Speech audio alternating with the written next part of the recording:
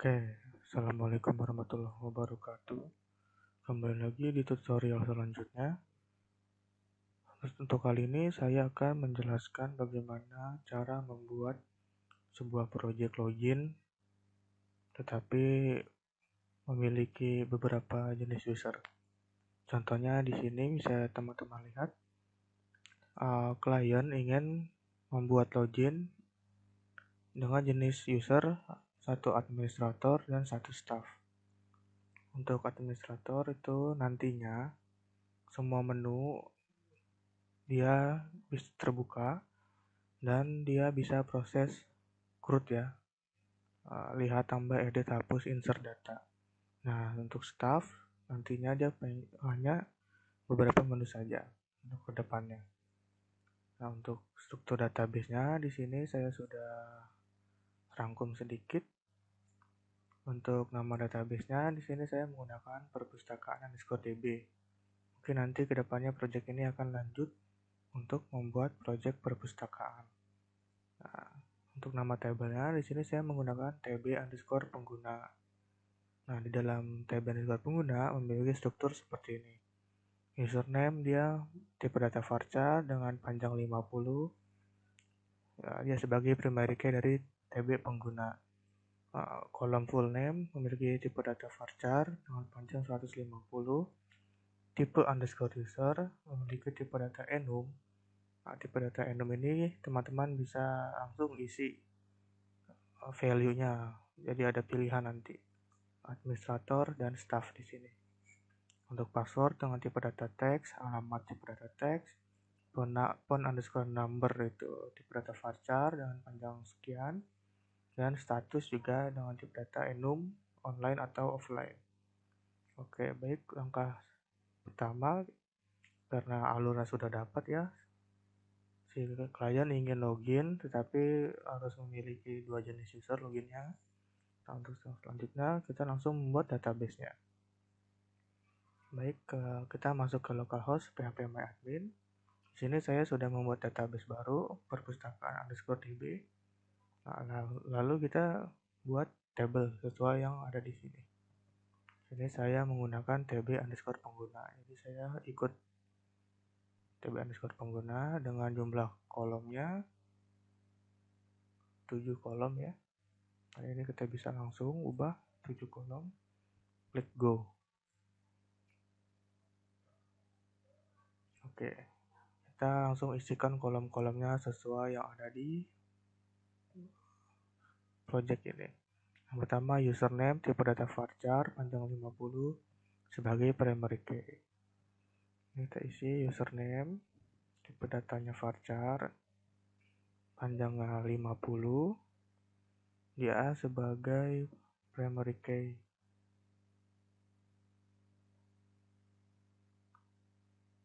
Index ya, di index dia sebagai primary.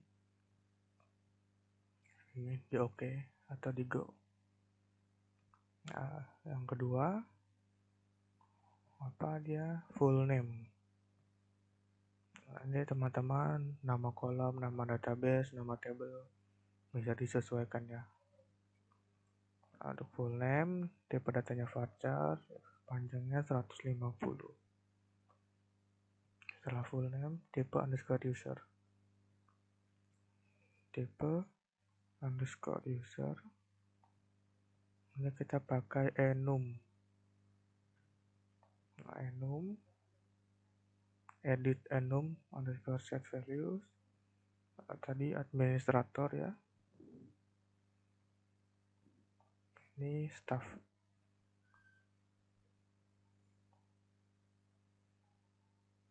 Klik go. Oke, sudah. Kolom selanjutnya password dan alamat tipe data text.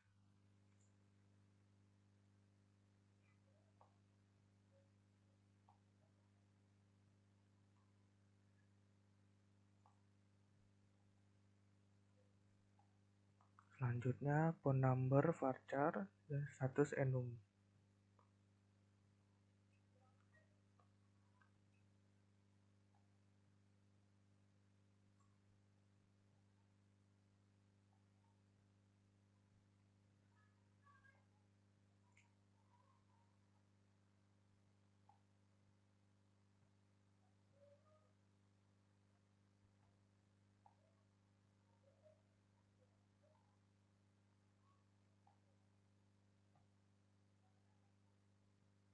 ya ini hapus ya, sisakan 2, yang ini juga diedit lagi. Ini kita cuma butuh 2, ini jadi dihapus jadi 2 ya. Nah, kalau sudah, ini juga sama, 2 online dan offline saja. Yang atas juga 2, administrator dan staff saja. Dan kalau sudah, klik save. Oke. Nah, tabel di sini sudah sesuai dengan dokumen yang kita buat. Oke. Nah, ketika sudah membuat database-nya, lalu kita membuat project-nya di htdocs teman-teman masing-masing. Kita buka text editor. Di sini saya menggunakan Visual Studio Code. Teman-teman bisa menggunakan apapun, terserah. Langsung kita open folder.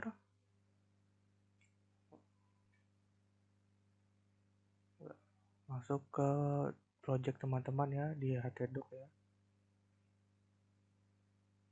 Saya diletakkan di F.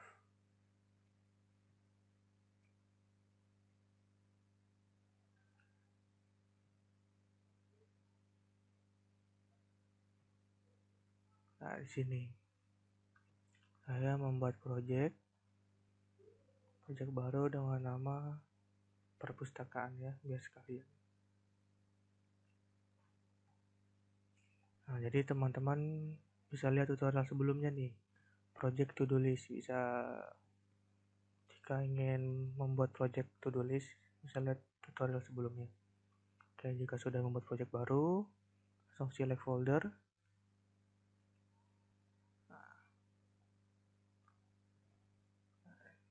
Langkah selanjutnya adalah teman-teman membuat desain loginnya dahulu. Nah, seperti ini nanti. Nah, bagaimana cara membuat ini? Jadi kemarin kan di tutorial sebelumnya kita sudah belajar menggunakan Bootstrap ya. Nah, jadi teman-teman juga bisa menggunakan template dari Bootstrap untuk loginnya, atau teman-teman desain sendiri. Nah, kalau untuk menggunakan Bootstrap, teman-teman bisa download dulu ya, Get Bootstrap Example. Jadi teman-teman bisa cari Bootstrap Example di Google, cari yang v5.0, lalu download examples ya. Jika sudah di-download, teman-teman silakan ekstrak hasil downloadnya, masukkan ke htdocs teman-teman. Nah, di sini sudah saya rename jadi Bootstrap main examples. Nah, di dalamnya banyak ya example-nya. Jadi teman-teman bisa masuk ke browser, menuju yang hasil ekstrakan tadi, Bootstrap example-nya. Ini banyak contohnya. Nah, ini kita fokus di sign in dulu ya, untuk login. Nah, bagaimana caranya untuk masukin si file sign in ini ke project kita? Caranya sederhana, teman-teman buka saja ya folder hasil ekstraknya, lalu pilih folder sign in. Nah, ini tinggal teman-teman copy paste saja indeksnya ke project teman-teman. Ini perpustakaan, kita copy paste. Nah, lalu teman-teman bisa buka dahulu nih indeksnya di text editor. Jadi kita apa sih yang diperlukan asetnya? Nah, ini teman-teman fokus di sini ya, di aset ya. Nah, jadi kita harus mengcopy aset yang ada di project sebelumnya, yang ada di project yang hasil download tadi ya, Bootstrap example tadi. Jadi kita masuk ke Bootstrap examples, kita copy saja semuanya aset, folder aset kita copy, kita pindahkan ke project kita, paste. Nah, maka jika sudah di copy, lalu kita bikin file baru. Nah, bikin file baru sama namanya index, tapi ini .php, karena nanti kan kita langsung berhubungan dengan database. Nah, isinya dari yang index HTML ini kita copy semua, ya, select all, kita copy, kita pastekan di file index.php. Nah, lalu yang diubah adalah semua yang ada asetnya ini bisa di blok dulu, terus Ctrl F ya. Nah, ini kan ada dua nih, 1 dan 2. Nah, ini kita ubah sesuai lokasi aset kita. Nah, karena aset kita ini sejajar dengan file index, jadi yang sebelumnya ini perintah untuk keluar folder, kita hapus. Nah, kita cari lagi aset, kita hapus juga. Nah, kalau sudah, kita klik save. Nah, untuk yang index ini kita hapus. File index.html kita hapus. Nah, jadi tersisa index.php saja di dalam project kita dengan folder assets-nya. Lalu kita jalankan ya di browser. Kita localhost, nama folder project kita.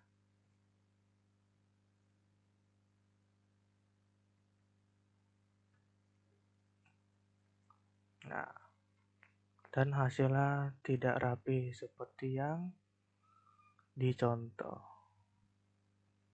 Lalu kita kembali lagi ya. Apakah ada yang kurang? Nah, ini ternyata. Selain aset, juga ada file signin.css. Nah, ini harus kita copy paste juga. Kita kembali buka project si Bootstrap examples, masuk ke folder sign-in. Nah, ini ternyata ada signin.css-nya. Kita copy, kita pindahkan ke project kita. Perpustakaan, kita masuk ke aset saja. Nah, kita paste di dalam assets. Nah, jadi yang di script ini kita harus masuk dahulu ke folder aset ya. Kita tambahkan assets. Nah, jadi masuk ke folder asset, masuk ke sign-in CSS. Kan di sini sudah ada nih. Nah, sign-in. Kita reload lagi di browser dan tampilannya sudah sesuai dengan yang dicontohkan. Ini kita close ya, yang dari Bootstrap example biar tidak bingung. Oke. Langkah selanjutnya sama setelah tampilan sudah jadi dan database sudah jadi, lalu kita persiapkan untuk code script proses dan ini ubah sesuai yang kita mau ya, tampilannya. Oke, pertama kita ubah mungkin logo ya, logo Bootstrapnya kita ganti dengan teman-teman bisa cari di Google ya, logo purpose.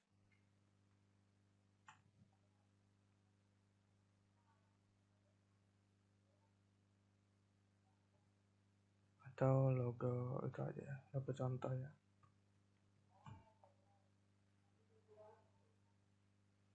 Nah, ini teman-teman pilih mau pakai logo, download logo yang mana.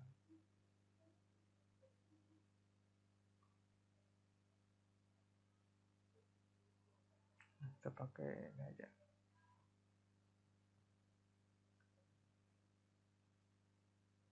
Kita pakai kosongan ya, biar aman. Nah, lalu kita langsung saja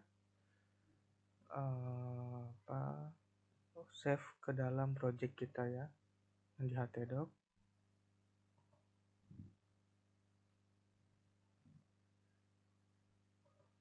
Nah, ini kita masuk ke assets. Ini kita bikin folder baru namanya image ya. Ini kita kasih logo baru misalnya namanya. Usahakan yang .png ya, biar transparan. Oke, kalau sudah kita ubah nih. Yang sebelumnya logo Bootstrap kita ganti logo yang tadi kita download. Nah, kita cari yang ini. img. Nah, asetnya kita langsung hapus ya, kita ubah dengan lokasi logo yang tadi kita download, logo baru titik png. Nah, coba kita save, apakah berubah? Nah, oke, sudah berubah. Ini kita ganti login ya, biar lebih enak login. Atau ganti nama aplikasinya.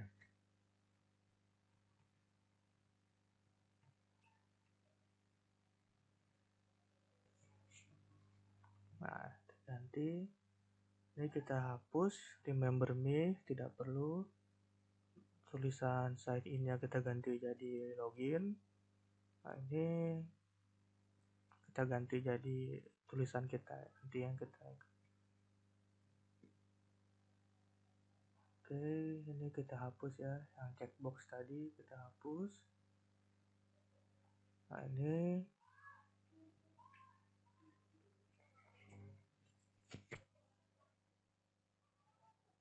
kita jadi tahun sekarang.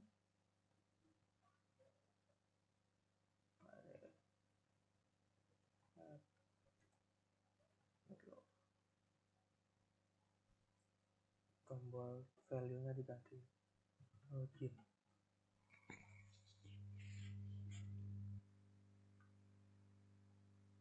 Oke, jadi seperti ini. Untuk variabel dari formnya kita ubah juga ya. Nah, ini input tipe email, kita tambahkan name-nya.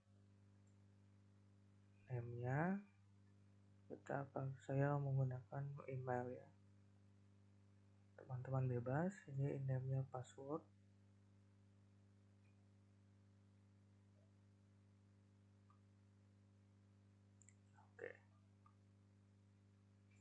Oke, sudah. Oke, langkah selanjutnya kita buat file koneksi.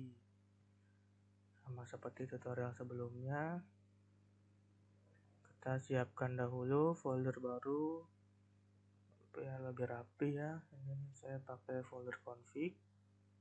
Di dalamnya ada folder env atau koneksi ya. Koneksi bebas. Nah, dalam file koneksi baru kita masukkan script untuk koneksikan ke database kita.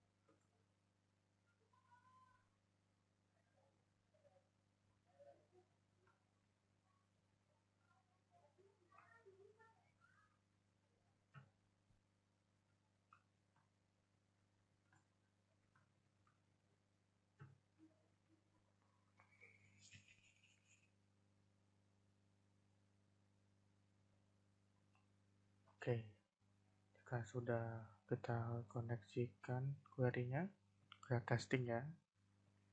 Kita panggil folder config. Kita buka koneksi.php.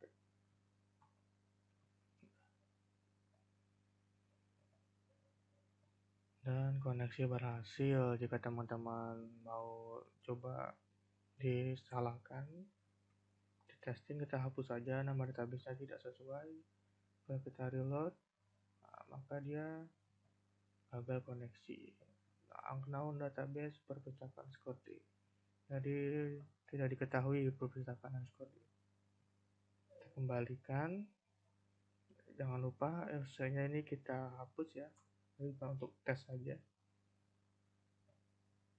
Nah, jadi blank tampilannya. Oke, kembali ke indeks. Nah, setelah sudah membuat koneksi, lalu kita membuat proses loginnya. Nah, proses loginnya berarti di dalam indeks ini kita masukkan form actionnya.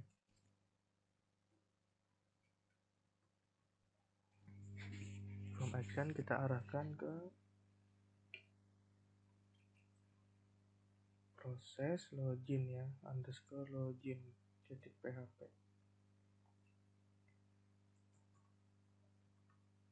Oke, kalau sudah, metodenya jangan lupa, metode formnya menggunakan post ya. Oke, ingat nih variabel yang dilempar itu variabel email dan variabel password. Oke, jika sudah, kita buat file baru dengan nama proses login .php.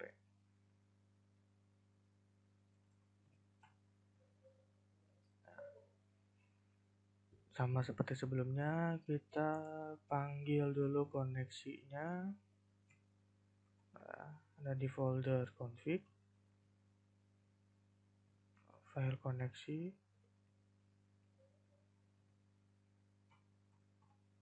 Nah, langsung kita tangkap hasil variabel yang dilempar dari form tadi ya. Ini saya menggunakan variabel baru, misalnya emailnya bebas ya. Tipenya post. Nah, mengambil variabel yang dilempar yaitu email.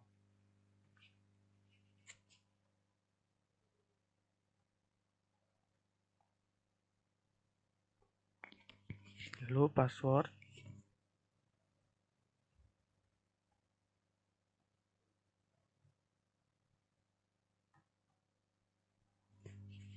Oke, jika sudah, kita langsung query-kan saja. Nah, query-nya bagaimana? Jadi logikanya untuk login, ketika email yang dimasukkan dan password yang dimasukkan itu sama, maka dia berhasil login. Nah, jika beda, maka dia gagal login ya. Jadi logiknya seperti itu. Kita ketik dahulu ya sini. Logika login. Logika login atau algoritmanya. Ketika username dan ini pakai logika dan ya, bukan atau, dan password sesuai. Nah, sesuai di sini maksudnya sesuai yang tersimpan di dalam tabel TB pengguna. Sesuai, maka berhasil login. Nah, jika tidak atau tidak sesuai, maka gagal login. Nah, seperti ini. Logika proses login ya, logika proses login. Ketika username dan password sesuai. Nah, sesuai di sini maksudnya sesuai yang data yang tersimpan di tabel pengguna. Nah, maka dia berhasil login. Tapi jika yang dimasukkannya tidak sesuai, maka dia gagal login. Oke, di sini kita ganti ya, email address ganti username. Lalu tadi kita kan bikinnya username. Ini username, ini tipenya tipe teks. Ini kita ganti username.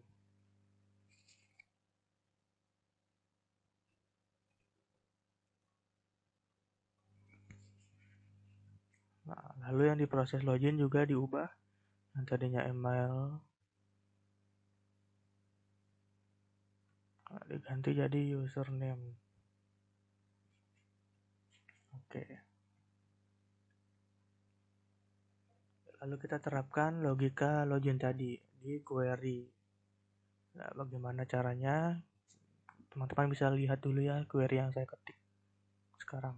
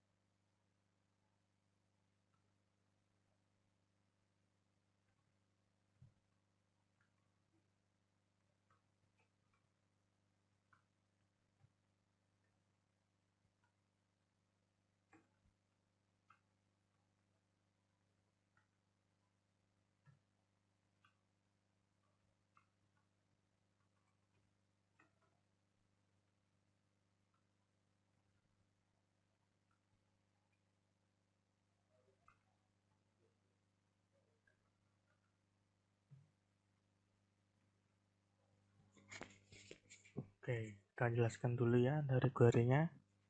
Jadi query-nya seperti ini. Kita menggunakan query ambil data ya. Nah, select bintang from, mengambil seluruh kolom yang ada di tabel pengguna. Kita memakai where karena kan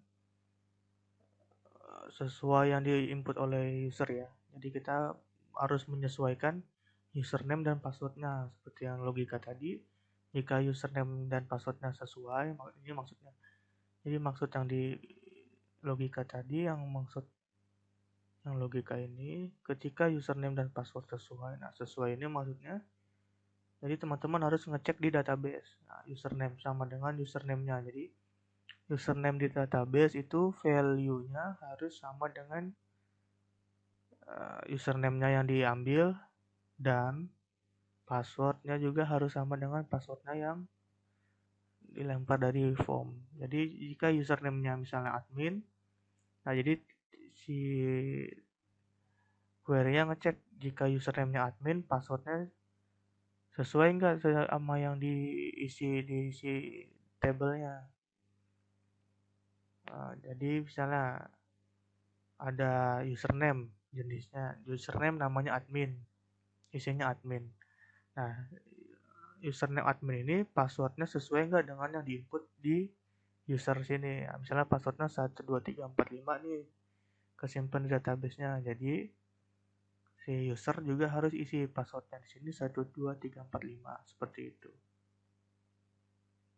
Jadi cukup pakai query ini, where username sama dengan username yang dia kirim dan password sama dengan password yang dikirim. Nah, jika sesuai, maka kita tampung nih jumlah data yang ada yang muncul dengan menggunakan perintah mysqli numRows. Nah, dimasukkanlah ke variabel jumlah user. Jadi misalnya ada satu data, maka jumlah user ini akan terisi integer 1 gitu, angka 1. Nah, jika tidak ditemukan, maka dia akan integer 0 alias angka 0 gitu.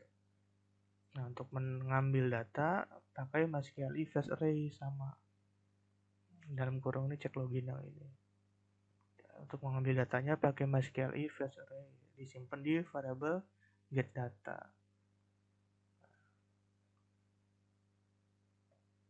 Nah, lalu kita menggunakan if. Jika jumlah user itu lebih dari 0, maka maksudnya jika jumlah user ada gitu ya. Jadi sesuai ini, misalnya username dapat 1 sesuai, pastikan jumlah usernya lebih dari 0 karena ditemukan kan. Nah, jika lebih dari 0, Maka kita tampil dulu ya, tampil login berhasil. Nah, jika 0 atau tidak ditemukan, maka login gagal. Kita tampilkan dulu. Nah, ini kita komentar dulu, lalu kita save.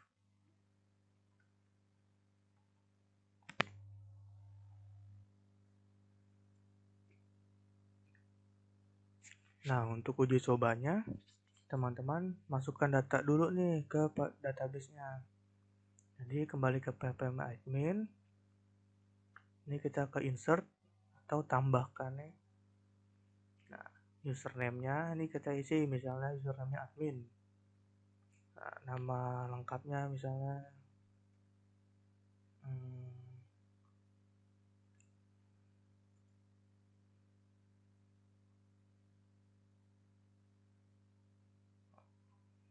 Susanto misalnya.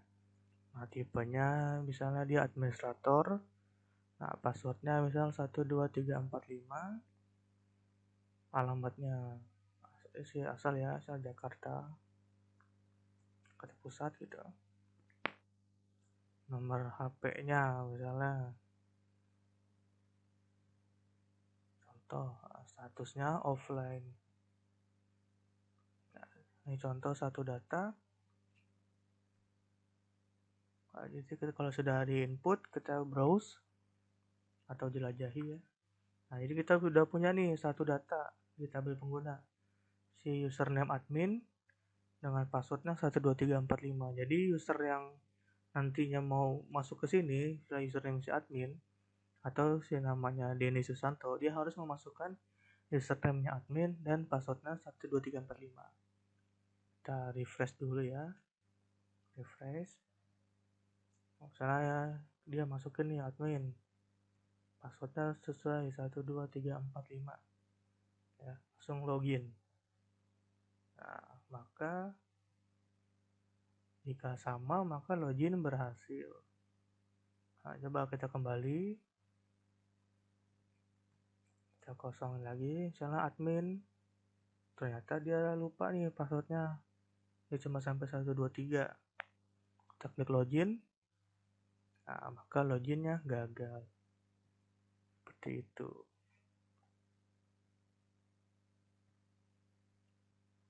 Jika sudah berhasil sampai situ, maka script yang teman-teman masukkan itu sudah sesuai ya.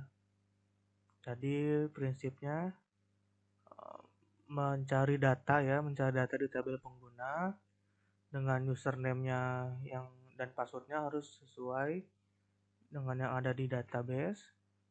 Nah, jika sudah, maka hasilnya akan ditampung nih. Ada berapa yang tampil. Jika dia ditemukan, maka pasti jumlah usernya akan lebih dari 0. Nah, jika tidak ditemukan, pasti jumlah usernya akan berisi 0. Seperti itu. Nah, untuk dicoba yang kedua, teman-teman bisa inputkan lagi datanya di insert di database ya. Nah, misalnya ini staff 1 gitu, username-nya staff 1, full name-nya misalnya Rina S. Nah, dia tipe usernya staff nih. Nah, passwordnya misalnya sama kayak username staff 1. Jadi dia staff 1. Jadi dia ngisi username dan passwordnya sama. Ini Jakarta misalnya ya. Phone numbernya diisi berapapun. Ya, di offline juga masih. Klik go. Nah, jadi kita sudah mempunyai dua data nih. Yang satu datanya si Denny Susanto sebagai administrator, yang satu sebagai Rina. Rina itu sebagai staff. Nah, kita uji coba ya.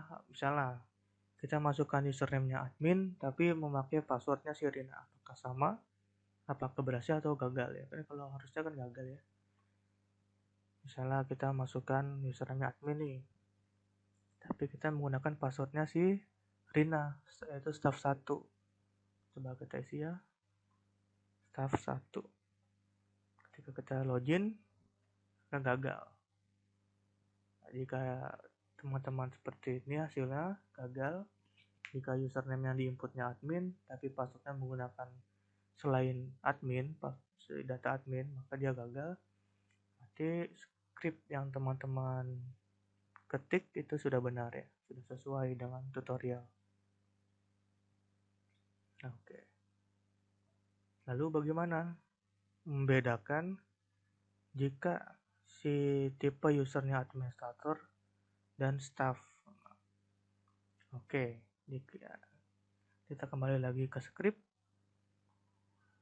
Ini kita uncomment ya, get data ini. Jadi kita blok dulu, kita cut ya. Lalu kita masukkan ke dalam yang if yang login berhasil. Jadi di bawah login berhasil atau di atasnya kita pastikan yang tadi kita cut tadi ya. Nah, jadi mengapa ada di sini? Kita masukkannya di dalam yang berhasil. Jadi kita percuma kalau kita masukkannya get data ini di atas ini. Jadi percuma, si variable get data tidak akan dipakai oleh si else ini. Jadi dia dipakai ketika jumlah usernya atau loginnya berhasil. Karena untuk mengambil data si tipe usernya.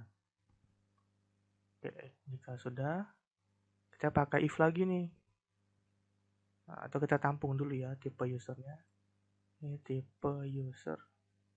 Kita bikin variabel baru, tipe user. Nah, isi dari tipe user ini adalah yang get data ini. Kita panggil kolom tipe user yang ada di ppm admin ya. Tipe underscore user.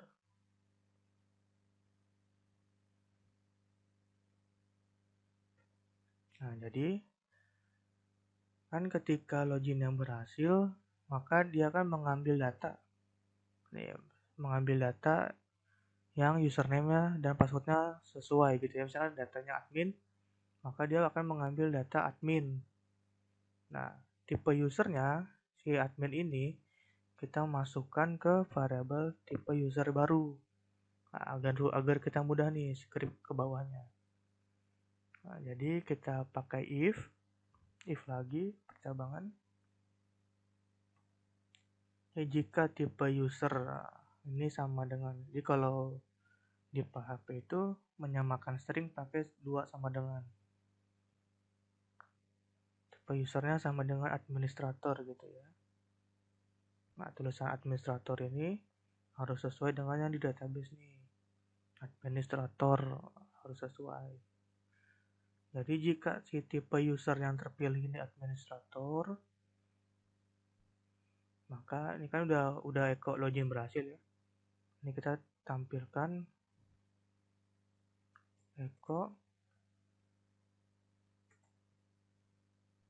login berhasil Anda sebagai administrator.